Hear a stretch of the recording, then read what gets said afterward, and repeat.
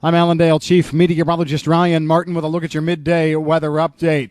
Been hearing a lot here so far today about how there's a nice dry 2-week planting window for the Corn Belt, and I'm scratching my head trying to figure out what's going on. Well, as we delve into it a bit farther, there is a nice dry planting window for a good chunk of the Corn Belt, especially the northern Corn Belt, on exactly one model. And it's the GFS model. Again, if you've listened to me for any length of time, you'll know my thoughts on that model.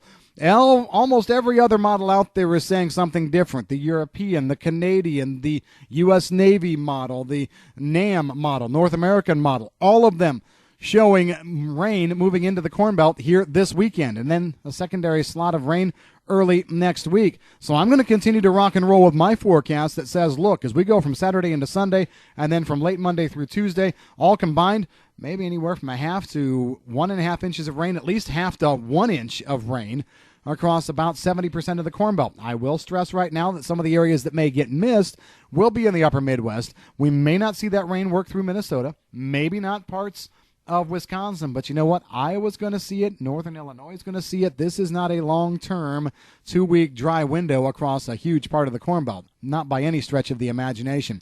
We're also continuing to see some cold air hold here.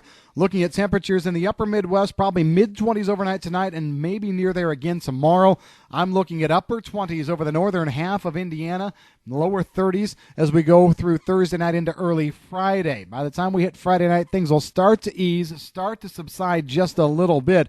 But don't get me wrong, we're not going to flip this and go warm by any stretch of the imagination. I continue to see below normal temperatures through next week and into early parts of May. So we're not turning this thing around in a big way. Make sure you keep that in mind. So at this point, we've got more moisture coming this weekend, early next week. The latter part of next week, let's just say from Wednesday on through Saturday, see a lot more hit and miss action. A lot of it wants to kind of work its way down into the southern part of the Corn Belt. So we could actually see some drying work in there.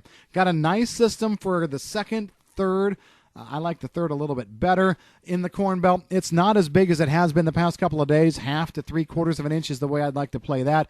But I see still a very strong front for the 4th and 5th across the Corn Belt. That one could do 1 to 2 inches if everything worked out just fine. What I'm looking at, though, then, as you look at the model maps in and around that 4th and 5th time frame, look back upstream across the western United States, Canada, out into the Gulf of Alaska, not seeing as many low-pressure systems, not seeing as many fronts come together in there. So I am still very optimistic that we see a nice little window start to emerge sometime after the 4th or 5th of May, and we might be able to see things start to ramp up Corn Belt wide in that time frame. However, between now and then, definitely dodging some showers. I know there's some guys going back at it today. Some areas where we just didn't see quite as much precipitation are being able to work it. But cold air, don't discount this cold air.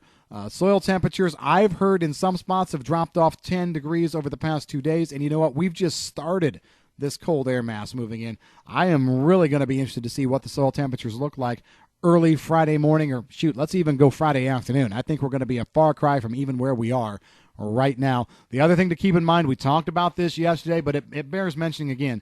With temperatures like this, even with the wind that we're seeing across a good part of the Corn Belt here today, with temperatures like this, your evaporation rates are nowhere near what they would be otherwise. We're not pulling a lot of moisture out of the soil with this current temperature profile in the atmosphere. And like I said, it just gets colder over the days ahead. So keep an eye out. We still have good moisture for this weekend. One of the things I will say is coverage on any given day, Saturday through Tuesday, may be more hit and miss than what we saw this past weekend.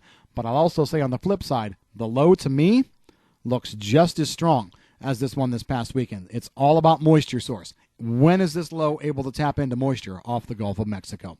That's the way things are stacking up here today. If you've got any questions on the weather, give us a call at Allendale. I'm Chief Meteorologist Ryan Martin.